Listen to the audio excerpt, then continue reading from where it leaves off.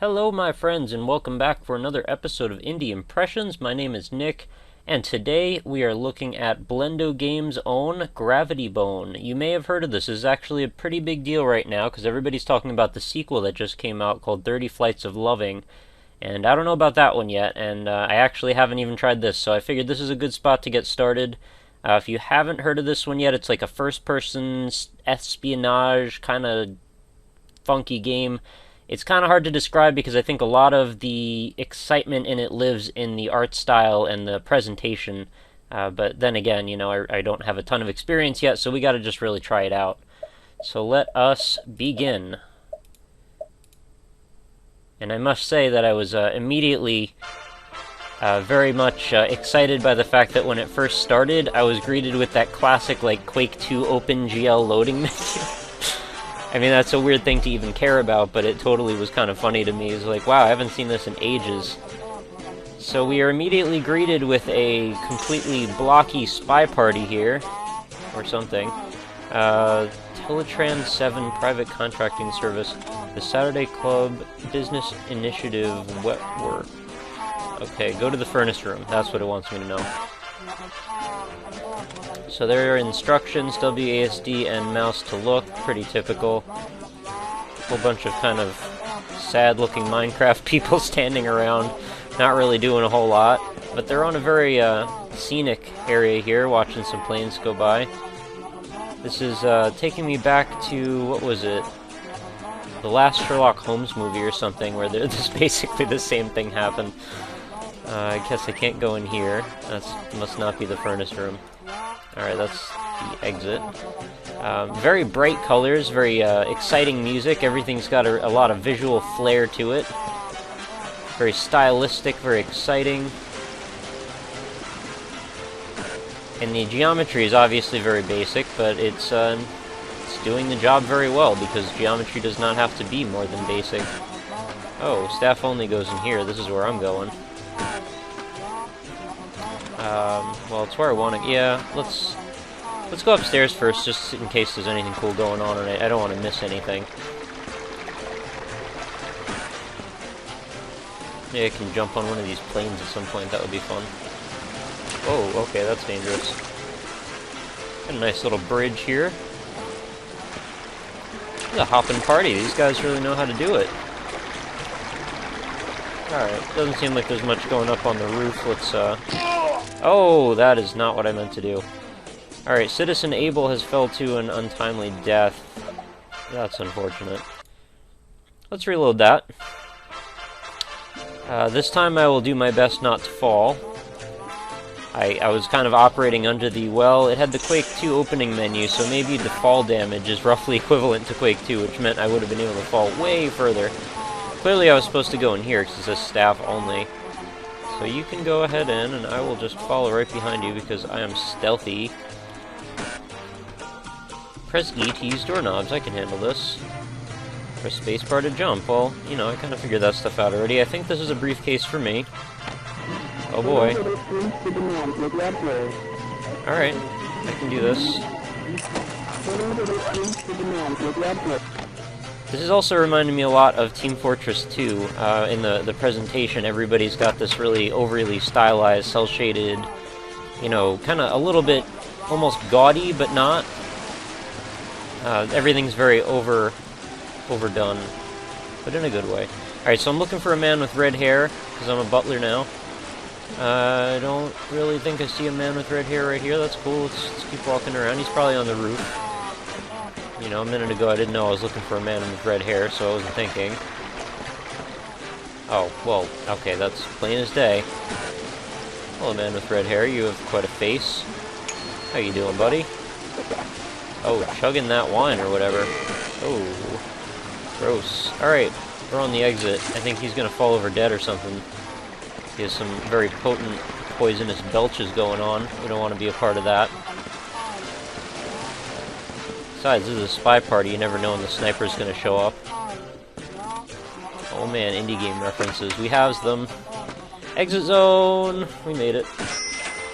Contract complete. Alright, that was a lot of fun. That was very simple, nice little tutorial. I put the Manitoba bug in that thing. With persistence and ingenuity, we can detect the Manitoba beast bugs, puny gases, and track the target individual across the galaxy. Our clients are pleased. I really like this presentation. This is so cool. There's like yodeling going on in the background and some sort of like an almost like a Portal-esque, like, science-y presentation. I don't know what the right words are, but it's got a very Portal-y feel to it in that part. And I actually almost like that the graphics were a little blurry. It sort of gave you this consistent feeling that the art style is remaining the same. Is that supposed to be rain? Yeah, I guess it is. Alright, what do I have here? Go to the furnace room again. Okay, I can do that. What do I have on this placard here? Alright, these are the people on these floors, or this floor. It obviously needs to be mentioned that they have used the straight-up, like, Peanuts voice for all the people talking, which is kind of funny. She's fun, interesting. She doesn't seem to talk, though. What's she reading? Passionless Moments. 50 Shades of Red. Everywhere's got a furnace room, and everywhere has horrible machinations that will crush you to death. I'm going to avoid that part.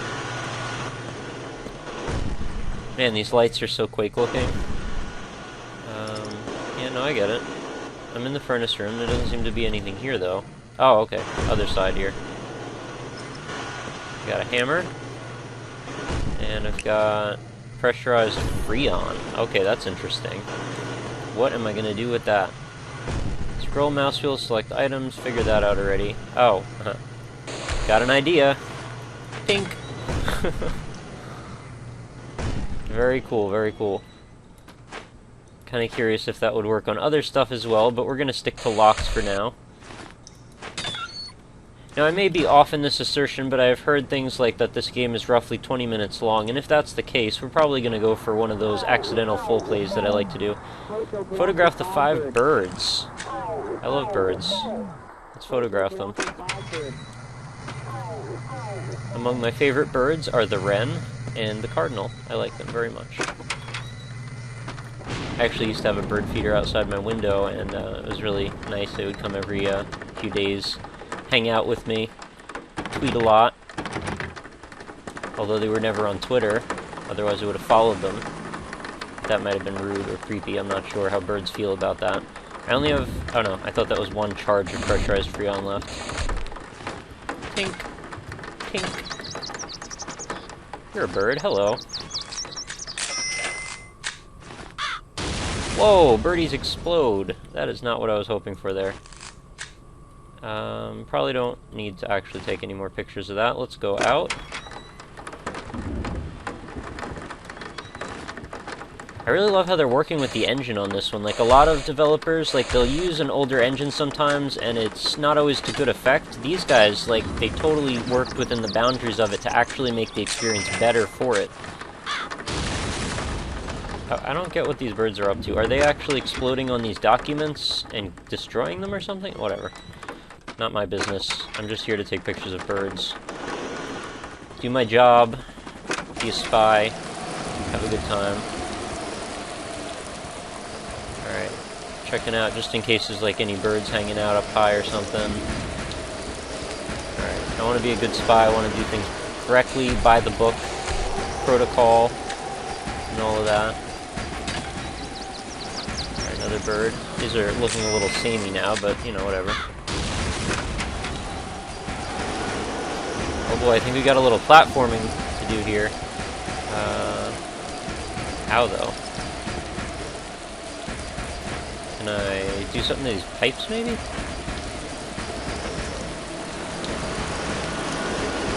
I mean, clearly that flagpole is glimmering. But I don't know what I'm supposed to do about that. Can I freeze this pipe? No, doesn't seem like it. What am I missing here?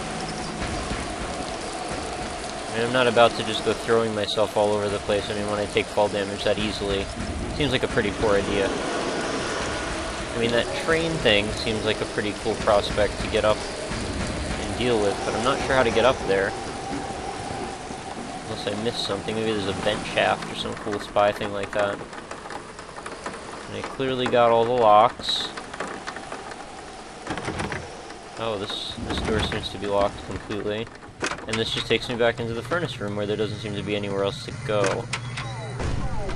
I mean, probably we're not supposed to be backtracking anyway.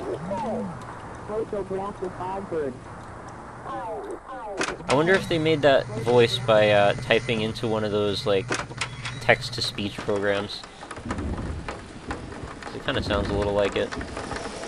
Okay, so clearly the answer, wherever we're going, has something to do with this area here. Probably something to do with that flagpole, because it's really clearly telling me that there's something glimmering going on there. Is there anything else in this room? Like, anything at all? No, it really doesn't look like it, does it? I mean, you don't actually expect me to jump on that flagpole, do you? Maybe I can save. Maybe, is saving a thing I can do? Yeah, let's do that. Cool. Classic Quake 2 in the top there, that notification. That was not how you jump at all. Alright, let's reload. I should probably check out the quick save, quick load operations here if we have such an option. Alright, we've got volume controls, music volumes, quick saving, and... Alright, quick saving is on F6, quick loading is on F9, or maybe that's just regular loading. Sorry, didn't mean to make you stare at that bar. Oh there, gotta stop getting so carried away hitting all these buttons, because I accidentally shut down the game. Apparently F10 or something just quits, so let's not hit that button again. And let's see how we can make this jump happen, because I really do need to make some progress here, that he's just not jumping. Load it. Yeah, everything seemed fine. I was going towards a nice jump. Get to the edge. Just doesn't jump. Simple as that. Let's actually jump this time. Alright, cool. Let's... what was it? F6. Quick save. Done. Jump to this one. Cool. I did not expect that my spy would be so versatile that he'd be able to make a jump like that. Oh boy. Alright. So clearly this guy has really sweet magnetic boots or something. Because this does not look like the kind of thing that your legs should be able to handle. But, you know, he is a spy.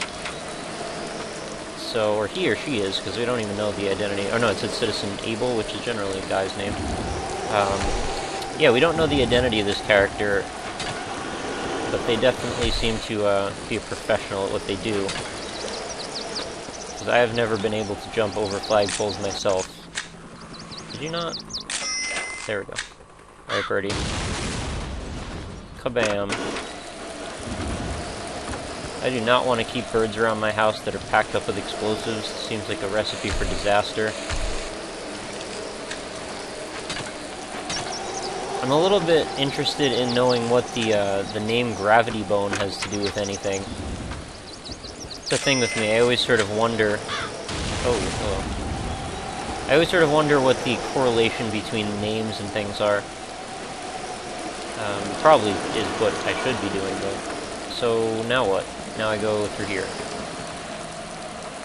Alright, clearly. Is this going to take me to the hallway where I first started? Yes, it is. Okay. Good map design. And what's through this vent shaft here, because spies love going in vent shafts. Okay, that seems like maybe towards the ending. I want to know what's in the other door then. Probably locked, right? Locked. Alright, continuity. They want to make sure it looks like this place could be lived in and that there are reasonable places to come and go from these environmental spaces.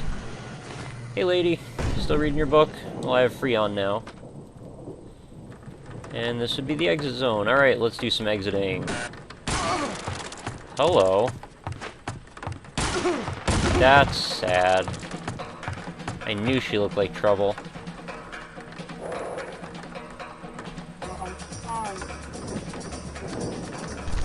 That is not good at all.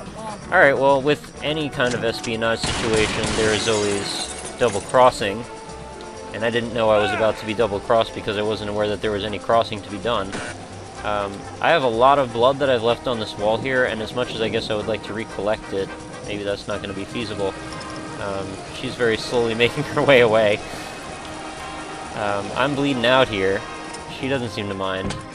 What is that beautiful color down there? I must have it. No, that was a poor idea. It's okay. That's why I saved. I just needed to know what that was about, or if that was even liquid, or what. Oh, come on. That is not the save that I left us off with. Seriously? Didn't I just save?